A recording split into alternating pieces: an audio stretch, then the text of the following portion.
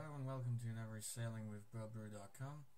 It's Legacy this time around, helping my teammates to prepare for GP Lille. I know it's still gonna be quite a long time until that Grand Prix, but still they want to have a better idea what they want to play. And to the left side of the screen is Death in Texas or Mono White Tweeney, or whichever way you want to call it. Most of the time it's called Mono White Death in Texas. That's the usual Iberville Italia deck, and on the right side is a budget version of Legacy Dredge. As you can see, I quickly mulliganed my stud in hand. It was just not good. It contained already like 2 Narcomayubus and no way to loot and no Dredge, so I quickly mulliganed that. My opponent knew already what I was playing, so no wrongdoing and just showing what kind of hand I mulliganed. And he built this budget Legacy deck. By budget I mean basically everything that Dredge deck normally requires, except no line side diamonds. And they're not obligatory for the deck, but you would prefer to have them in Dredge.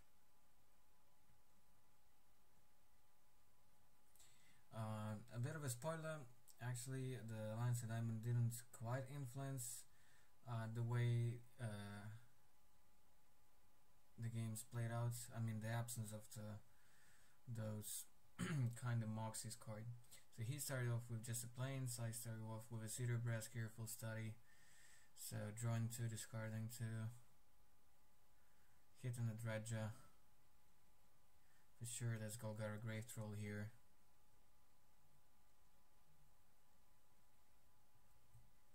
And pitching a Dread Return, which is also basically a dead card to have in hand. Carcass from him, and Italia, trying to slow down things like Dread Return and more looting spells and stuff like that, and having a Striker on board in case of Icorids and things like that. Dredging the Troll, among relevant cards, a Portrait Imp, and I think that was a Cabal Therapy. Playing the Paradise, so the second land, which allows a lot of colorful spells to be cast. No Bloodghast in the deck, but just another good land. Well, City of Brass is supposed to be mana confluence, but I know, I feel like the difference is so minimal that it doesn't really matter. So break through with X1, keeping 1 card in hand. Oh no, it was not keeping 1 card in hand because I needed to pay 1 extra for Talia in order to be able to actually resolve the spell, or actually cast it. So drew 4 cards and discarded my hands. My graveyard is stocked and ready for a lot of action next turn. With Icorids, Dread Return, Cabal Therapy, attacked with Italia, which I don't think is all that great of a thing to do, because you would probably rather leave it up so that you wouldn't take damage from Icarid. I don't know, on the other hand he already had another blocker, so that if I would attack with Icarids into his Stoneforge Mystic, which got a better his initial thought process was to get a better skull, but better skull does nothing in this matchup pretty much. Jeet does way more because you can always kill like opponents' Icarids and Narcomayubus and stuff like that with the counters, and you can kill your own guys so that you get my bridges from the below exiled from my graveyard. So he obviously told him like, just get a Jeet and don't be a bad player, let's say. So the Paradise at what was it? at the beginning of upkeep returns back to my hands, or something like that. Don't remember the exact text right now because I'm commentating post factum, so I exiled but redeemed and another non-dredging imp to get back to Icarids, dredging the troll afterwards, so 1,000,006.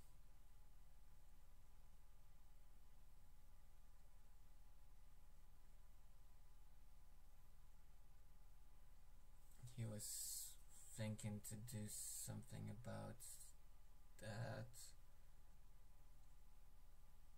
I think that was the reason why we paused here, kind of, or he made me pause.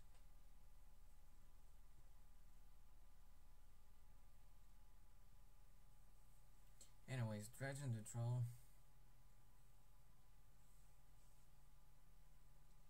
Hoping to hit some Narcomoebus, more bridges, stuff like that. Everything else is not really relevant, cause I think there was another. No, that wasn't another dredge. Ah, no, that was the Dark Blast. Oh yeah, that was the reason for my pause, to dredge the troll or Dark Blast, because I would have the second land no matter what, so I could actually cast Dark Blast and kill the Talia. And I thought, like, how much does that matter? Because if I would hit Narcomoeba from dredging the troll, I would still be able, like, to cast Dread Return. But somehow I decided to dredge Dark Blast. I got the Sphinx in the bin, but no Narcomoeba, which was kinda sad. I think there was no bridge whatsoever in there, so that was kinda annoying. And I know you kinda dislike the word kinda. Anyways, played my land, attacked with both Icarids, no danger for me because no bridges in my sideboard, because he wanted to get the equipment going fast and stuff like that, so he decided not to block with the Stone Fortune because I had no bridges. And then after the attack I cast Dark Blast to kill his Talia, so that no first striker out there, and nothing prevented me from casting spells in a timely, cheap fashion. So of course the temptation for him here is just to probably pass and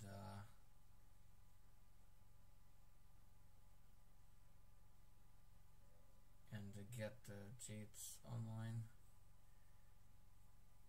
I think what he did was to bounce with the Caracas his Talia. Yeah, because we don't see it in the graveyard. Yeah, I'm just trying to look at most of the aspects around here. So he got the Jit out there, took mana into mana pool, played a second Carcass, so he had 2 mana and cast Talia. And that was kinda strange because getting Jit into play from Mestek is an instant ability, and that's not influenced by any means by Talia, because you're not really casting any non-creatures, so it's kinda weird. Chained Dredge in the Troll this time, after getting a couple of Icarids back to hit 2 Narcomoebus, which is obviously awesome. And you see probably in the Bane Tireless Tribe, which is just another 1 mana discard outlet in the deck. And why it's in the deck at all is because we're not playing Landside Diamonds, etc. So we need some budget alternatives. I'm thinking whether it makes any sense whatsoever to actually attack with my guys, but Talia has first strike, which is not really all that great. I can of course Dark Blast. Well, I can Dark Blast because Dark Blast is in the bin, and I Dredge the Troll to hit more relevant stuff. Yeah, I was trying to debate whether it makes any sense at all to Dredge the Troll, but I still had some Dredgers in there, so it was kind of debatable whether I should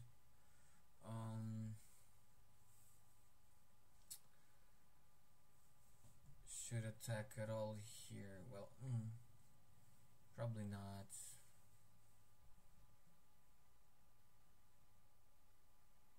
Another line of play which I could have taken the turn before was to actually cast Cabal Therapy and get rid of the Jit in his hand.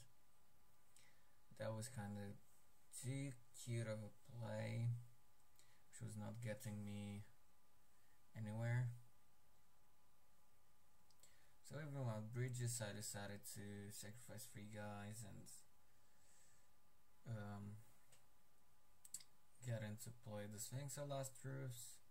It's one of the funky fatties in the deck, which allows the deck to kind of go off faster than normally.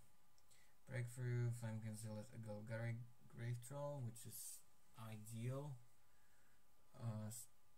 to hit the troll here so that I can keep on dredging my deck. I forgot to pay 1 for the Dread Return, but we're playtesting, so quickly fixing that. More lands, another battle creature, free card Nectarine, it comes to none to that. Put Redeem, that's what I wanted to see. Dredging that. Okay, now I hit a bridge here.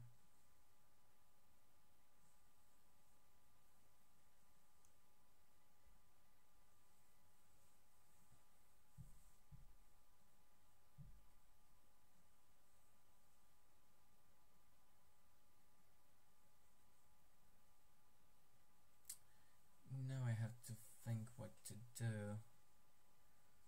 Only 1 bridge still in the deck, which is kind of pretty annoying.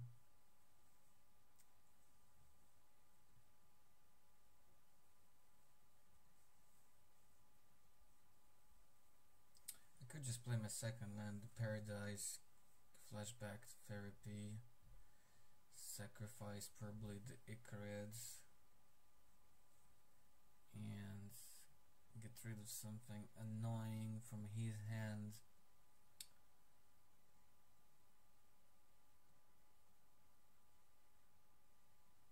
Get 1 zombie or something. That's what I ended up doing. So I'm looking for the zombie tokens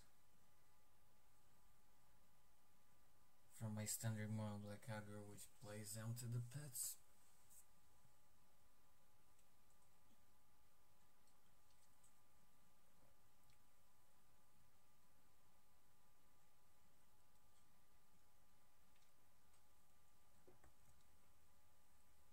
But you obviously see that there is a glooming danger for the next turn when he can equip, say,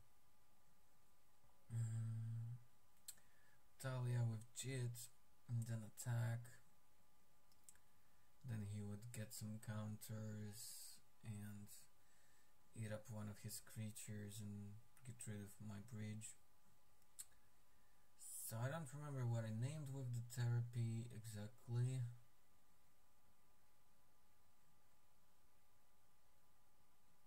Not enough of experience, so I saw like some revokers and a couple of irrelevant creatures.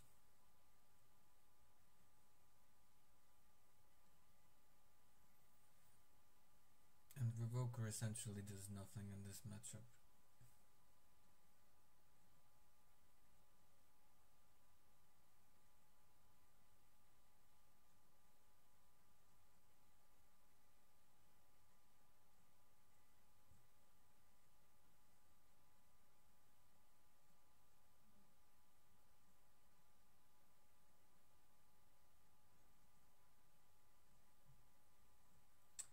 because he has to think quite a lot. You see that he drew like a neighbor. Well, oh yeah, like there was a swords to plowshares in his hand,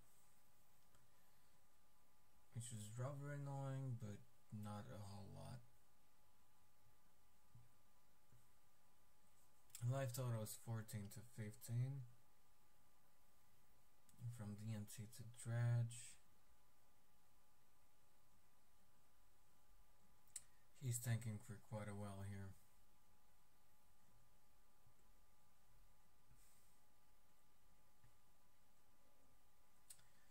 It's taking me so many turns to actually do enough of action, but my next turn most likely will be quite amusing. So he decides to cast Sword of Polishers onto the Sphinx of Last Drift.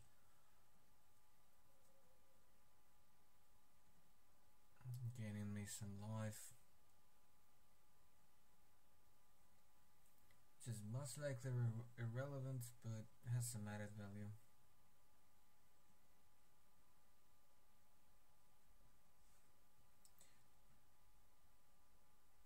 My hand is just Dark Blast because I pitched all the other good dredgers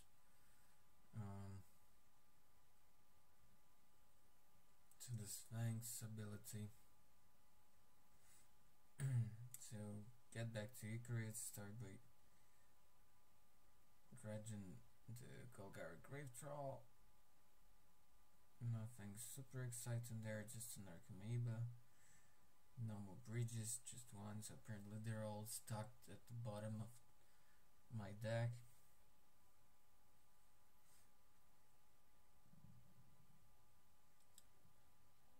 So I have enough creatures to cast an Dread Return. I have mana for it. I have one bridge, so I'll get 3 zombies back. The funky point, he's at 14. And he actually had to pay 2 for Susted Plowshares because he had Talia on board.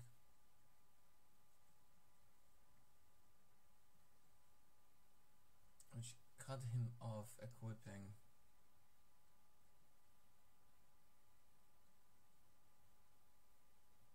any of his guys with a cheat and then attacking and maybe getting some counters.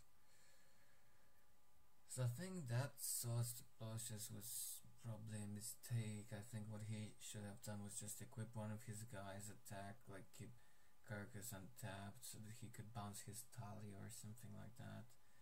If things get really bad, or like Talia, I would probably block with the Sphinx. He would get his 2 counters, he would exile my bridge, he would have 1 mana left, Talia would be gone, he would be able to cast a Sword of Polishers on whatever is else left out there.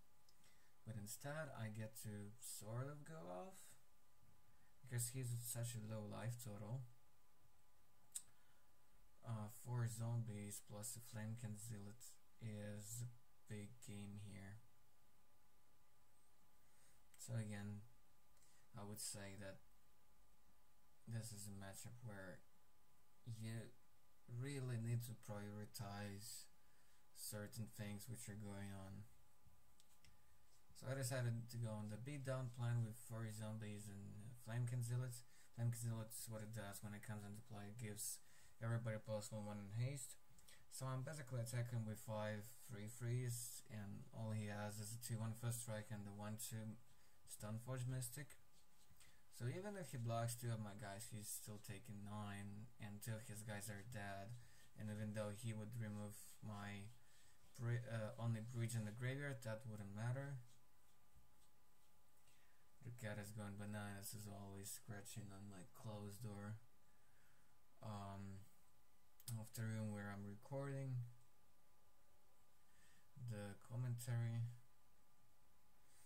Well, he blocked only 1 guy, said that he would go to 2 and still have a Talia on board.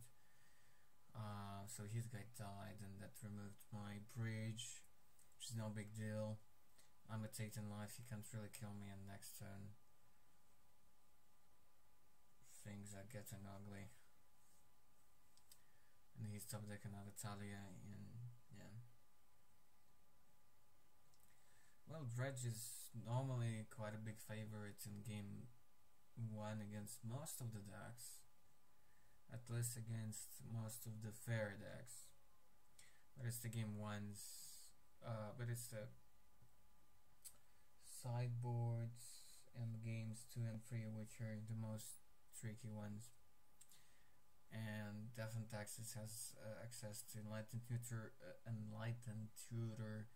into Rest in Peace out of the sideboard, which is a crazy combination.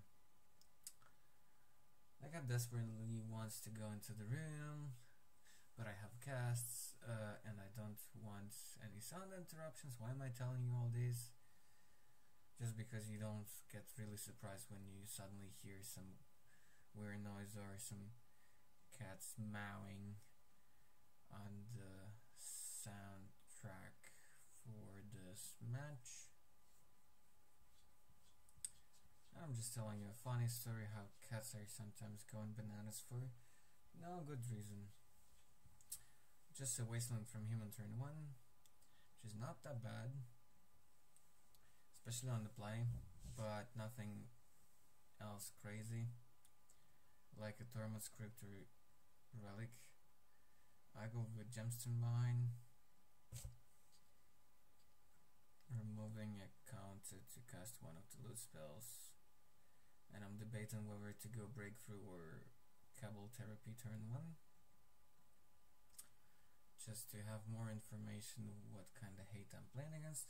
And that's of course contamination or whatever priest, which is the grizzly bear answering graveyard shenanigans and similar buzz. Has white mana, he has a Horizon Canopy and a Caracas and Carnosols and etc. And the priest Flicker Wisp is not doing much, but it's alright.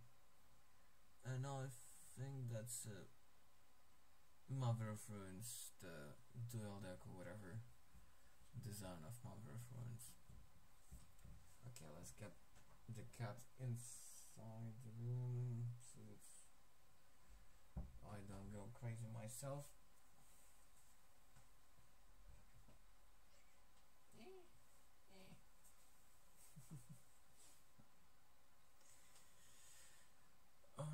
So I just passed the turn here without casting anything, looking to cast Chain of Vapors into his priest end the turn so that I can do some stuff on my own turn. He goes to attack with the with the priest. I'm supposed to take it so that he doesn't recast the priest, and I'm at the same place. Oh, he goes to cast Mirror Crusader. Oh, so remember, that wasn't my reference, that was Mirror Crusader. Yeah, the cat is jumping around. So yeah, I cast the vapors into the priest. And it's still awkward because, let's say, I put a bunch of stuff into my bin, but luckily I have a second Cabal Therapy and I can get rid of the priest, which I know is in his hand because I just brought it back into his hand from the Chain of Vapor. Lay down a third land, which is Cephalic Coliseum. I have two Narcomoebs in my hand, which is pretty bad, but I have also a Breakthrough. And I decide to cast Breakthrough here for Axe 1, so I get to keep one card after I draw 4. Get a Breach, get a Golgari Grave Troll, and because I want more backup, I think I decided to keep the Chain Vapors. No, I had to Breakthrough. Because the priest is gone and I don't really care what is going on outside of that. But the fact that I drew a bunch of do-nothings from Breakthrough is a bad thing. Yeah, there was a breach, but that's not enough. So he decides to waste my Coliseum, so that's I don't get to go turbo. He drew another wasteland to keep me with just a gemstone mine with one counter, which is still enough to cast breakthrough and go bananas. My draw step at Dredge Golgari, Reef Troll, hit another troll, hit a bridge, hit a Dread Return, hits Flame Concealeth, and that's quite amazing. So jumps in my gun, casts a breakthrough, so basically keep 0 cards. Troll is still in my hands. Start by dredging one of the trolls.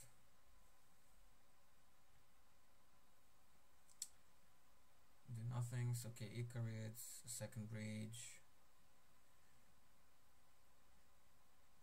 And then the fun part, I quickly realized that, like, yeah, the magic is gone.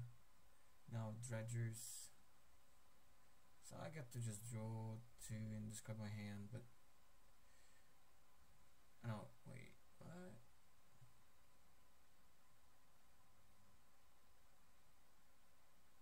What the hell did I just do? Withdraw 3. Oh yeah, right. Because I dredged 1 troll, yeah, and then had to draw 3. But there are Icarids, there are a couple of bridges, there's Dread Return. Okay, most of Narcomoebus are out, but there is still a chance to hit 1 or 2 of them from Dredge next turn. Sure, he attacks with Marine Crusader for 4, brings me down to 9. Then a Stone Force Mystic, getting a jet, that's also fine.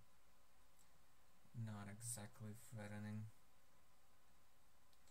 Because on the well, he has a 4th land, so potentially annoying, since he could just lay down jet and equip the Crusader with the first strike damage, get a hit, get 2 counters, and then the second hit hits Gazillion because he gets the counters and he can pump, and that's what? No, that's 6. So yeah, he has basically little on board unless they have some blockers. 1 from Mystic and essentially 8 from Crusader, which is exactly 9. So I really need to hit quite good here. Icarids are supposedly coming down. Was that the time when I screwed up? Yeah. Well, not screwed up. I just thought that as normally there will be some black creatures to remove for Icarids. Although the plan is to actually take out 1 or 2 for anti-hate after sideboard. Okay, Dredge the Troll. Nothing amazing.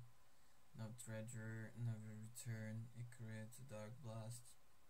At least 1 more black creature to move for Icarids. Of course, after this game, quickly realized that yeah, I could have removed Icarid for Icarids that was available. I don't know.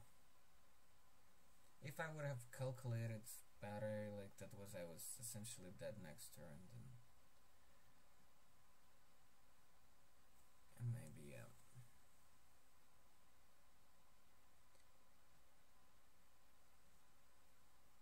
I think he himself miscalculated here, because the way that I understand it now, after playing all the matches, is that this is supposed to be 8 and not Gazillion, so since he used up the Mystic, I should be still alive. No.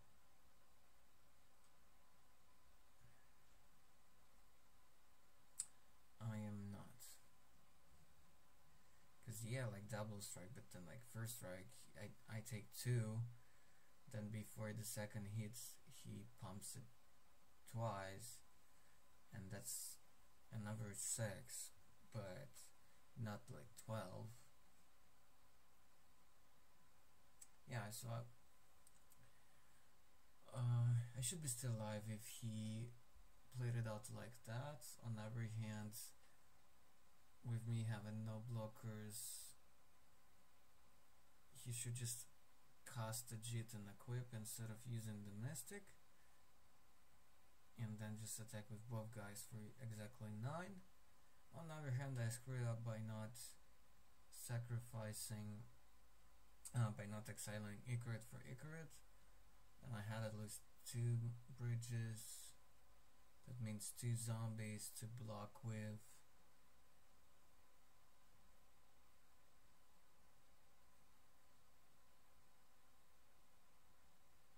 Not exactly to block with, because Mirroring Crusader pro black. Right. But Mirroring Crusader next turn was attacking for 8 and not 9. So Forge Mystic would be gone. Okay, I wouldn't have any bridges, etc. I'm not sure. Maybe there were 3 bridges, in which case I would just Dread Return and get something sweet. Although I don't think there were like any of the cool fatties in the bin. I don't know. I sort of messed up but he kind of messed up even more, because the way he did it, it was not supposed to be little. Oh. Well, you get to tell me in the comments whether there were more mistakes made than I just described to you.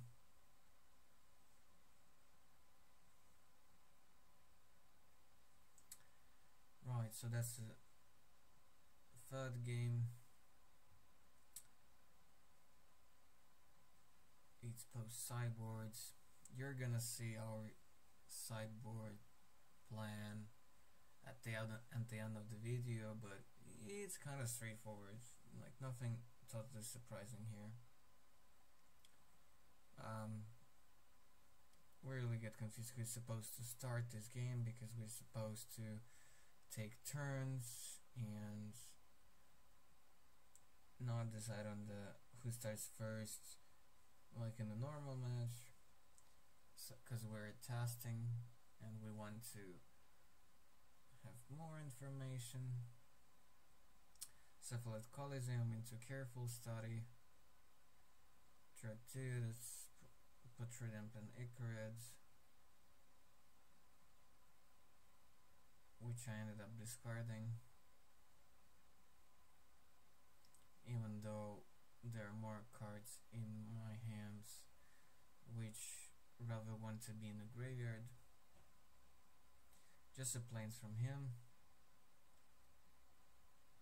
I'm dredging the imp.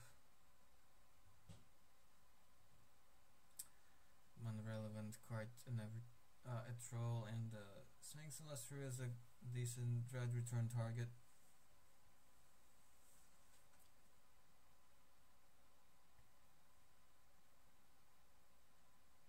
I have a second land, which is quite good.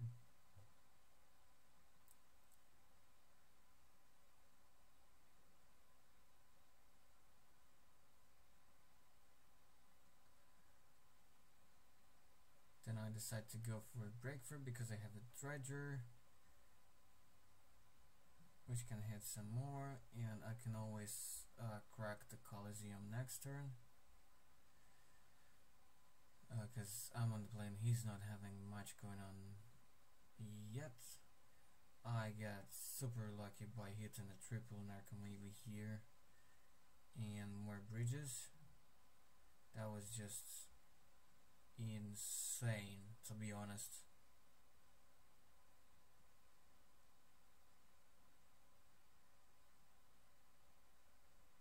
5 dredges, so I have to draw 3 instead of dredging, and then keep 1 card out of those. I decide to keep Chain of Vapor because if he has like Priest here in turn 2, I'm a little bit toasted.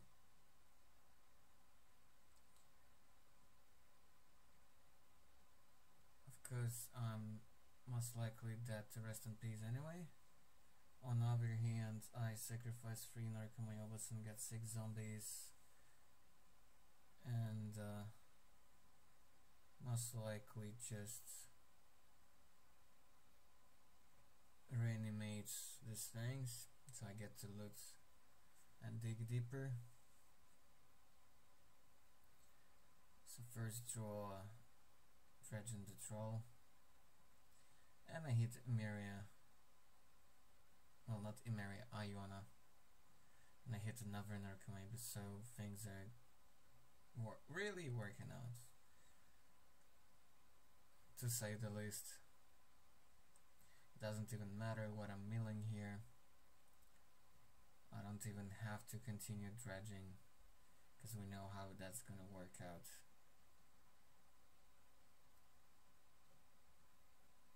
Would just sacrifice some dudes here, maybe even zombies, whatever.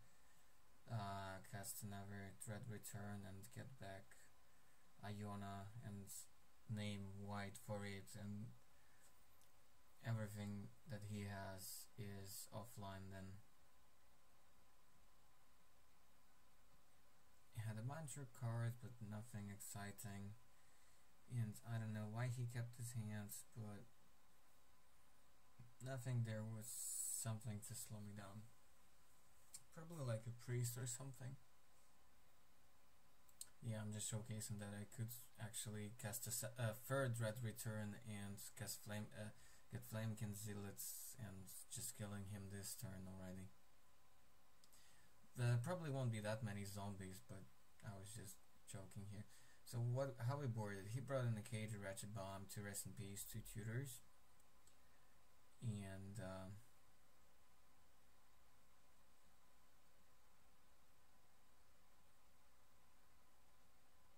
I think the Priest is even main deck or something.